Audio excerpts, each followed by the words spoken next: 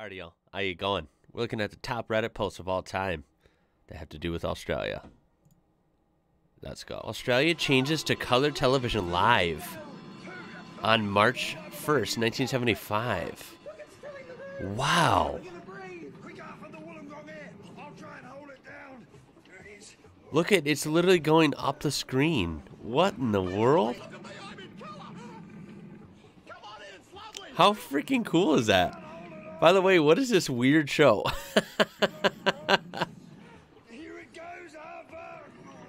I have no idea what we're watching, but I did not realize they did it like that. Obviously, this was before my time. I don't know when we went to color TV in the U.S. either. I imagine around the same era, early 70s. Wow. It's so weird that they did it in the middle of a show, right? Like, literally as the seconds go by. I don't know anything about TV production. It's a little different, right, than YouTube production, especially TV production from the 70s. So I'm not even sure how they did that. I mean, it's kind of a cool way to do it, right? And I guess from this point on, this would have been, that would have been it. Now it's color TV.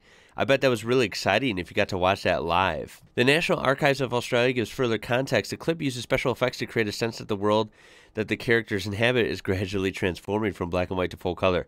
I mean, it's kind of a cool special effect for the time, right? I mean, the fact that they chose that instead of just starting a show in color out of nowhere and people being like, oh, it's here. I mean, this is a little more exciting, right?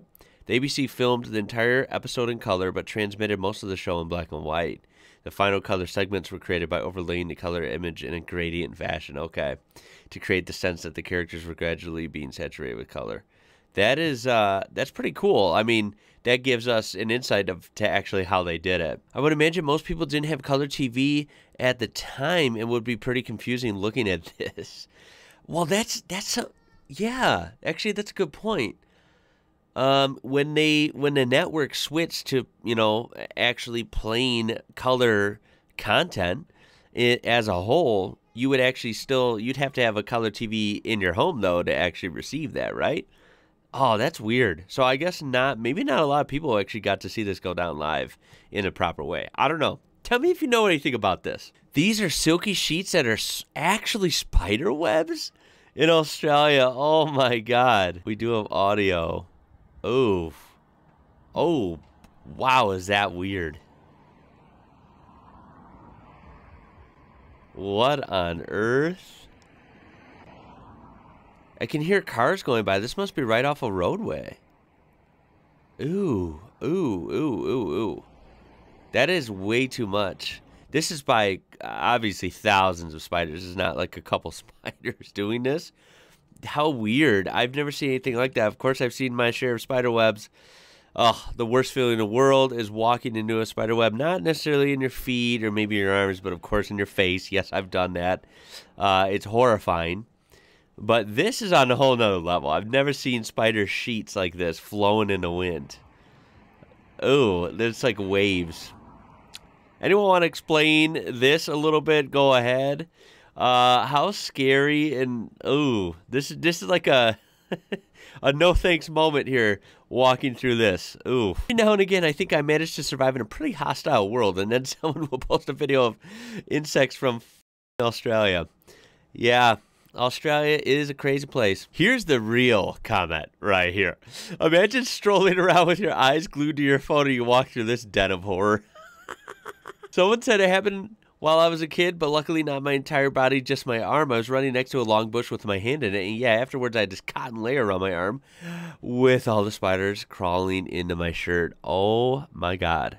I believe my soul left my body that day, and it still hasn't returned. Yeah. That's horrifying. And yeah, the amount of people who are somehow like robots these days, like they are just not aware of the world around them because they're so like sucked into their phone on a constant basis. I could see that happening for sure.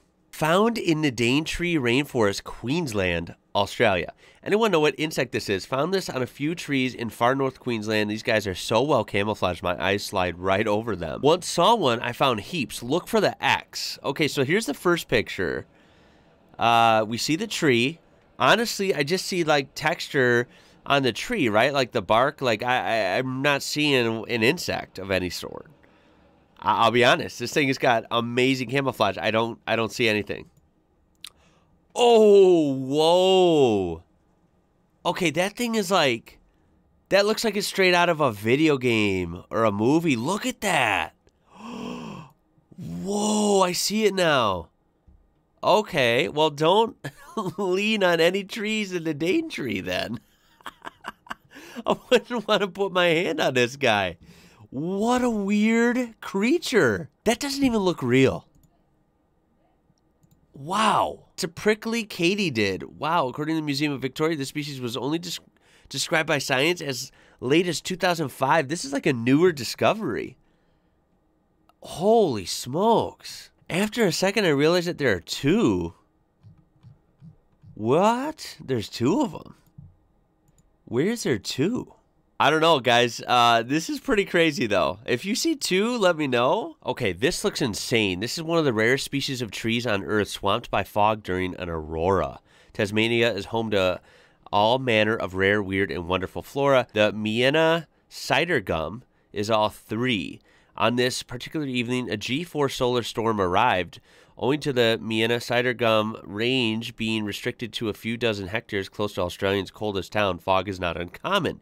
Miraculous timing saw an intense auroral display wrapped in heavy fog, a natural softening filter for an otherwise very intense scene.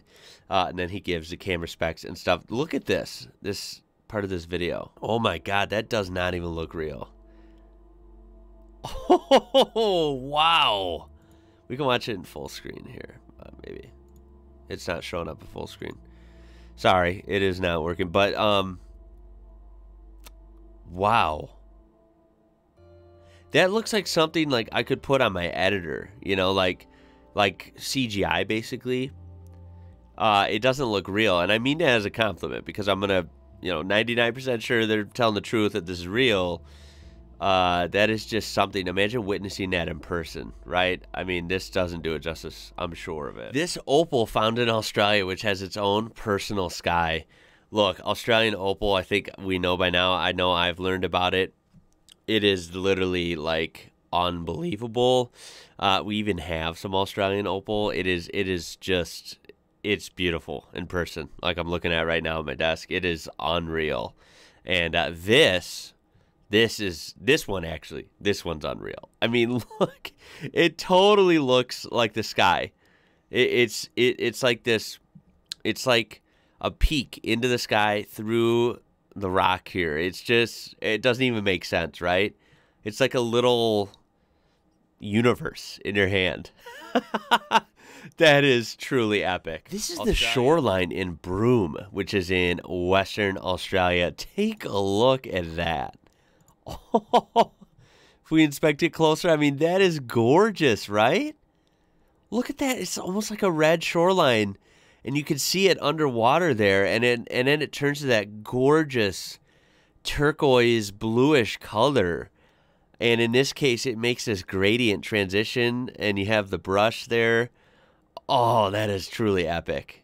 That is really a good shot. And someone says, why is it the way that it is? I lived in Broome for a couple of months when I was backpacking through Australia. It's a mangrove swamp at high tide. The shoreline is thick, deep mud. All the earth around this part of Australia is blood red. That's for sure. Of course, like that northwest corner, northwest section, I should say, of Western Australia, which Broome is in the northwestern part, I think, right? The shoreline is too, but the ocean is stunning, brilliant blue, and that's why this photo looks amazing. It does. That gradient it creates is just unreal. I mean, how many places on Earth can you get a picture that looks like that? Not many, right? Real answer, the dirt is high in iron, so it's oxidized and it turned red. Broome is right in the middle of the coral zone, so the creamy blue is from the dissolved calcium and other minerals that are common in the area where coral lives. The trees are mangroves, so they like to live in areas where the high tide covers the roots. They can live in salty water. That's really cool. Ooh, this is a weird one. Nature taking over an abandoned ship in Australia. Take a look at that. Wow. I mean, give it a little more time, you won't even know that ship is there. How incredible nature is, that you can have something made of so much material. You can have something so heavy and that costs so much money and so much engineering goes into it. And it doesn't matter if it's a vehicle, a ship, a building, anything man-made, right? That could be very impressive, very beautiful looking, very striking, very tough and durable, right? It doesn't matter what it is. It can get, if it's abandoned somewhere, nature will prevail. It's so bizarre. It is really bizarre to think about how you have an abandoned ship and now literal trees are growing out of it. Like, nature is crazy, man. It's really interesting how it takes over everything. Excuse me, you left your island on my boat. Mangroves are amazing. Used to explore them under on low tides. Story in post-apocalyptic future, islands were formed by the boats of the great gods who came before us. Well, whether you like storms or not, storms usually, when they pass by right before sunset, can create some pretty epic scenes, as seen here. Look at the storm coming through, and look at when it leaves and the sun is setting. Yeah, that is pretty otherworldly. Pretty cool and a great photo op. So if you're ever wondering how big are the bushfires in Australia, well, 4 years ago, they were extremely, extremely big. Bigger than most people probably realize. This is the area of land burnt in Australia, an area of smoke coverage shown as equivalent over Europe. I mean, get a look at this. Freaky stuff. I mean, this smoke coverage basically covers all of Europe. It covers most of it. Put that in perspective for you, right? Flying a Boeing C-17 Glowmaster through the middle of a city in Australia. Jeez, dude. What is going on here? First of all, that thing, the Glowmaster, right? That thing is a beast. And second of all, why? Why is it flying through the city so low like that? Jeez, is that freaky or what? Woo! Americans are going to have a PTSD episode for real. Like, this person said sincerely their heart dropped once the plane turned. Yeah. We do have some very bad memories. That was still one of the scariest things in my life. Waking up as a kid, seeing the news, September 11th, 2001, right? Wow. Yeah, that is like not a sight I'm fond of. Yikes. Again, with the bushfires, I just cannot stress how scary this is. Geez, man, like this picture, the caption, I already clicked on the photo. The caption was literally, that said for this post is, no, this is not a filter. Australia's literally red right now. Look at that picture. That is just creepy. Eerie, creepy, and literally looks like the apocalypse. I just, wow. I cannot believe people went through this. And today I learned that former Prime Minister of Australia, Bob Hawke, had a serious accident at 17. This near-death experience acted as his catharsis, driving him to make the most of his talent and not let his abilities go to waste. Later, he set a world record by drinking 1.4 liters of beer in 11 seconds. Today I learned. That's impressive. That's something I could not do. They'd also accept swimming out into the ocean and never being seen again. And then the Australians will build a memorial swimming pool in your honor. That did happen. That's real. And for our last post, yes, we've seen this before. Not this video, but other videos like it. Look at that. Are those baseballs? No. Those are monster hail. Hailstones in Australia. That poor car and that poor car back there. I don't think they're going to fare too well. I mean, I've seen hail. Small. Like, smaller than a golf ball, I think. I've never seen bigger than a golf ball size hail in person. But this is truly frightening. I mean, these are falling at such a fast rate, and they're so big. I mean, look at the yard. It's literally covered in white hailstones. Yikes. Australia gets some wicked hail. I just wonder what that's about. It's so weird. Wow. I was driving from Toowoomba to Caloundra today, and on the way we passed drivers with smashed windows, and some cars on the highways had the airbags go off from the hail. Jesus, that's ridiculous. That's when you know your hail is too damn big. Calm down with the hail. Imagine being caught out in the field with this with no shelter. Ouch. I bet the insurance companies loved this. Yeah, that would be a nightmare for months to come with insurance claims through the roof, right? Oh, man. Anyone have experience with this? How did it go? How did the insurance claims go? You know, like this just sounds like a nightmare and something not fun to go through. And yeah, definitely don't be stuck in this.